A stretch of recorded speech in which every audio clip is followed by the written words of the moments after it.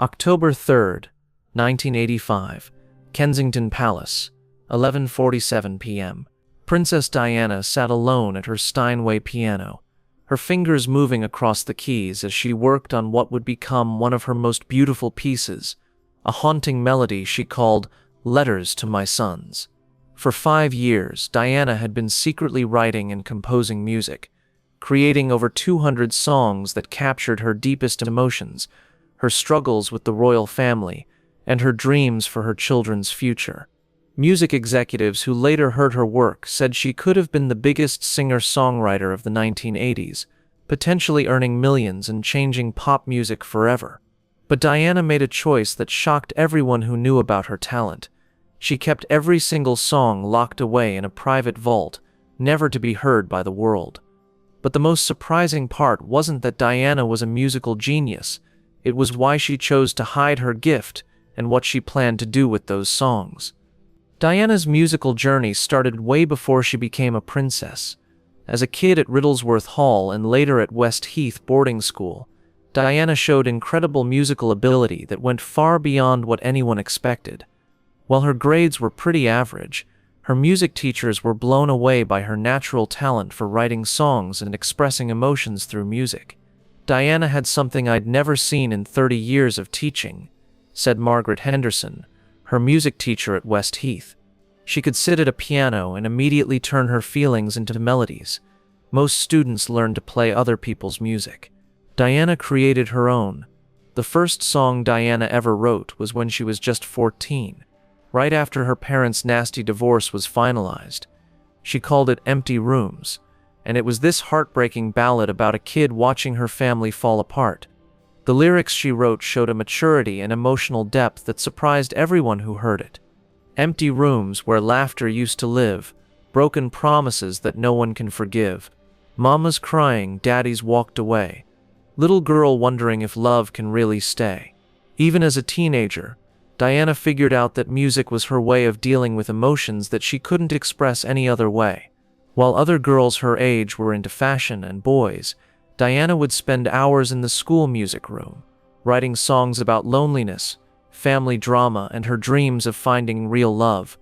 When Diana got engaged to Prince Charles in 1981, she thought her music writing days were over. Royal protocol demanded that she focus completely on her duties as future queen, leaving no time for personal creative stuff.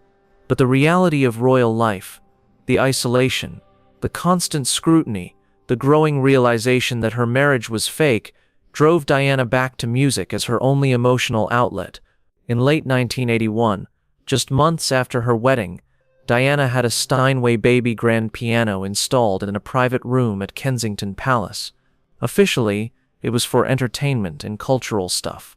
In reality, it became Diana's sanctuary, where she could express the pain and frustration that royal protocol prevented her from showing in public. The piano room was the only place Diana felt truly free, Paul Burrell later revealed. She would go there after rough days, after fights with Charles, after being criticized by the palace, and she would write songs that captured everything she couldn't say out loud. Diana's songwriting during her early marriage years was super personal and often devastating. She wrote about the loneliness of sleeping in a palace surrounded by hundreds of people who didn't really know her. She wrote about discovering Charles's continued relationship with Camilla. She wrote about the eating disorder she developed as a way to control something in her totally uncontrollable life. One of her most powerful songs from this time was called Golden Cage, written in 1983. "They dress me up in diamonds and pearls, tell me I'm the luckiest girl in the world, but golden bars are still just bars, and I'm still wishing on distant stars. Freedom feels so far away, when every word I speak's a play." But Diana's music wasn't just therapy. It was surprisingly sophisticated. She had developed her own distinctive style that mixed pop sensibilities with classical training and deeply personal lyrics. Music industry professionals who later heard her work compared it to artists like Carole King and Joni Mitchell, with the emotional intensity of someone like Kate Bush. The turning point came in 1984, when Diana wrote her first song about her sons. William was just 2 years old, and Harry was a newborn. Diana was struggling with postpartum depression, feeling overwhelmed by royal duties, while trying to be the mother she wanted to be. Late one night, she composed a lullaby she called Promise to My Boys. Little princes in your beds tonight. Mama's here to keep you safe and right. Though the world may try to change who you are, remember you're perfect, my bright shining stars. I promise you love that's honest and true. I promise to fight for the best parts of you. This song marked the beginning of Diana's most creative period. Between 1984 and 1992, she wrote over 150 songs, creating what could have been several complete albums. Her compositions ranged from intimate ballads about motherhood to angry anthems about media harassment, from hopeful songs about humanitarian work to heartbreaking pieces about her failing marriage. But Diana kept her musical talent completely secret from the public, and even from most people close to her. Only a handful of people knew about her songwriting: Paul Burrell, her piano teacher James Colthurst, and surprisingly George Michael, who became one of her closest friends, partly because of their shared love of music. Diana was terrified that if the palace found out about her songs, they would either try to control them or ban them completely. George Michael revealed years after Diana died. She told me that music was the one thing that was purely hers, and she couldn't stand the thought of it becoming another royal duty. The secrecy went to crazy lengths. Diana would only write and compose late at night when there were fewer palace staff around. She kept her song lyrics in a hidden safe behind a painting in her private study. She even learned to play and sing more quietly so that security wouldn't overhear and report her activities to palace officials. In 1987, Diana made a decision that would haunt music historians forever: Sony Music, through connections Diana had made in her charity work, approached her about possibly recording an album. A Sony executive had heard about Diana's musical abilities through private channels and was interested in exploring a collaboration. The meeting happened in secret at a recording studio in central London. Diana performed 3 of her songs live for a small group of music industry professionals. Their reaction was unanimous. Diana had the talent to become a major recording artist. She had this raw emotional honesty in her voice that you can't teach or fake, said producer Mike Rutherford, who was there. Combined with her songwriting ability and obviously her global fame, she could have been massive, potentially bigger than Madonna or Whitney Houston. Sony offered Diana a recording contract worth £10 million, a huge amount for the 1980s. They wanted to produce a full album of her original songs, with the option for more albums if the first was successful. The contract would have given Diana complete creative control over her music, and would have allowed her to donate a big portion of the money to her chosen charities. Diana asked for a week to think about it. During that time, she talked to the few people who knew about her secret talent. The responses were mixed but telling. Paul Burrell encouraged her to go for the recording contract. "Ma'am, this could give you financial independence and a platform to share your truth with the world." George Michael was more cautious. "Diana, you have to understand that once you put your music out there, it stops being just yours. It becomes public property, and the media will analyze every lyric for clues about your private life." But the most influential voice was her own conscience.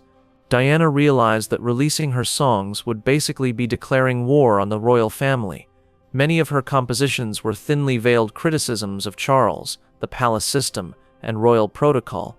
Others contained deeply personal details about her eating disorder, her suicidal thoughts, and her affairs. "If I release these songs, there's no going back," Diana told George Michael. "It would be the end of any possibility of saving my marriage, any chance of maintaining a relationship with the royal family, and potentially devastating for William and Harry." In the end, Diana turned down the Sony contract, but she didn't stop writing music.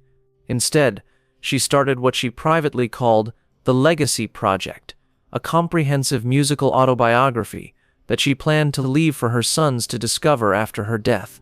Between 1988 and 1996, Diana wrote and recorded over 100 more songs, creating a complete musical story of her life. The songs chronicled her childhood trauma, her fairy tale wedding and its aftermath, her struggles with mental health, her growth as a humanitarian, and her hopes and fears for her children's futures. Some of the song titles from this period show the scope of Diana's emotional journey.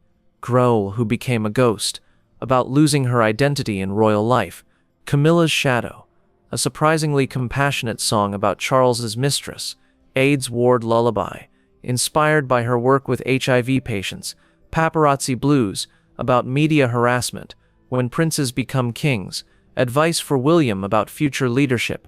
Diana's most ambitious composition was a 20-minute musical suite called The People's Princess, which she completed just months before her death in 19... The piece traced her evolution from shy kindergarten teacher to global humanitarian icon, incorporating musical themes from classical, pop, and world music traditions. But Diana's decision to keep her music private wasn't just about protecting the royal family from embarrassment. She had developed a complex philosophy about the relationship between art, privacy, and public service. True art comes from a place of vulnerability, Diana wrote in her private journal in 19... If I release these songs for fame or money, they stop being art and become commodity. But if I keep them private, they remain pure expressions of truth. Diana also believed that her music was too personal to share while she was alive, but could serve as a powerful legacy after her death. She created detailed instructions for how her musical archive should be handled, including specific songs that should be released to benefit her favorite charities, and others that should remain private forever. The most controversial aspect of Diana's musical legacy was her plan for what she called the Truth Album, a collection of her most explosive songs about the royal family, Charles's relationship with Camilla, and the palace's treatment of her during their marriage crisis. Diana's instructions specified that the Truth Album should only be released if the royal family tried to rewrite history about her marriage or damage her reputation after her death. It was designed as her ultimate insurance policy, a musical weapon that could destroy the monarchy's credibility if they betrayed her memory. When Diana died in Paris on August 31, 1997, she left behind over 300 completed songs, dozens of partial compositions, and detailed notes about her musical intentions. Paul Burrell, as one of the few people who knew about Diana's musical archive, faced an impossible decision about what to do with this extraordinary legacy. The immediate aftermath of Diana's death created a global outpouring of grief that made her more beloved and powerful in death than she had ever been in life. The royal family, recognizing that any attempt to diminish Diana's memory would backfire spectacularly, took a conciliatory approach that made the Truth Album unnecessary. In consultation with William and Harry, who were still children at the time, Burrell made the decision to keep Diana's musical archive private until they were old enough to decide for themselves what should be done with their mother's songs. Diana always said the music was ultimately for her boys, Burrell explained years later. She wanted them to understand who she really was, beyond the public image, beyond the fairy tale, beyond the tragedy.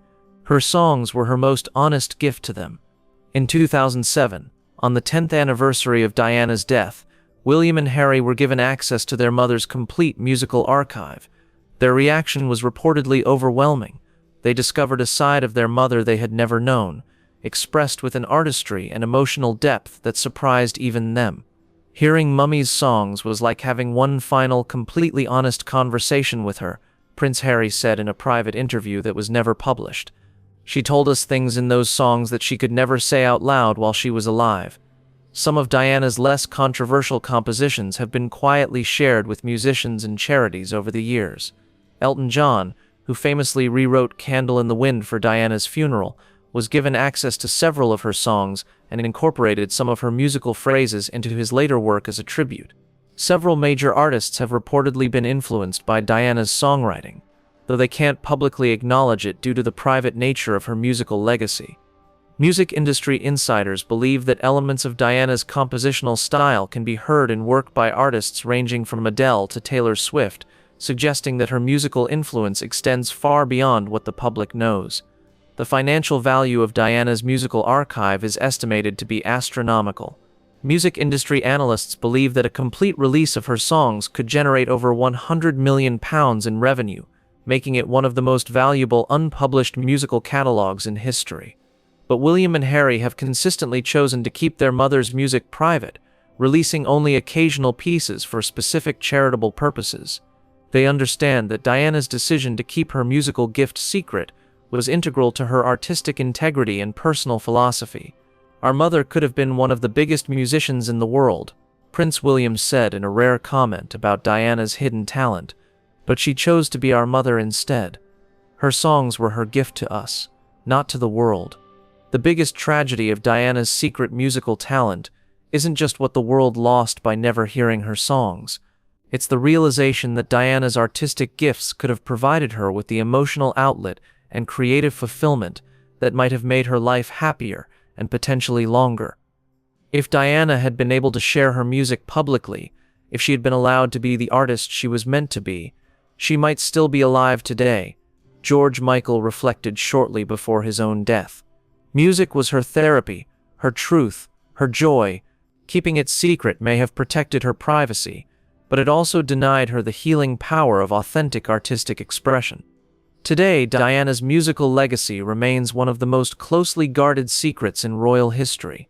The songs exist in a climate-controlled vault, waiting for a future generation to decide whether the world is ready to hear the Princess of Wales as she really was, not just a humanitarian icon or tragic figure, but a gifted artist whose music could have changed both her own life and the landscape of popular culture forever. Diana's secret talent reminds us that even the most public figures have private gifts that the world never sees. Her choice to keep her music hidden was both a tragedy and a triumph. A tragedy because the world was denied her artistic gifts, but a triumph because she maintained ownership of the one thing that was truly, authentically hers. What do you think about Diana's decision to keep her musical talent secret?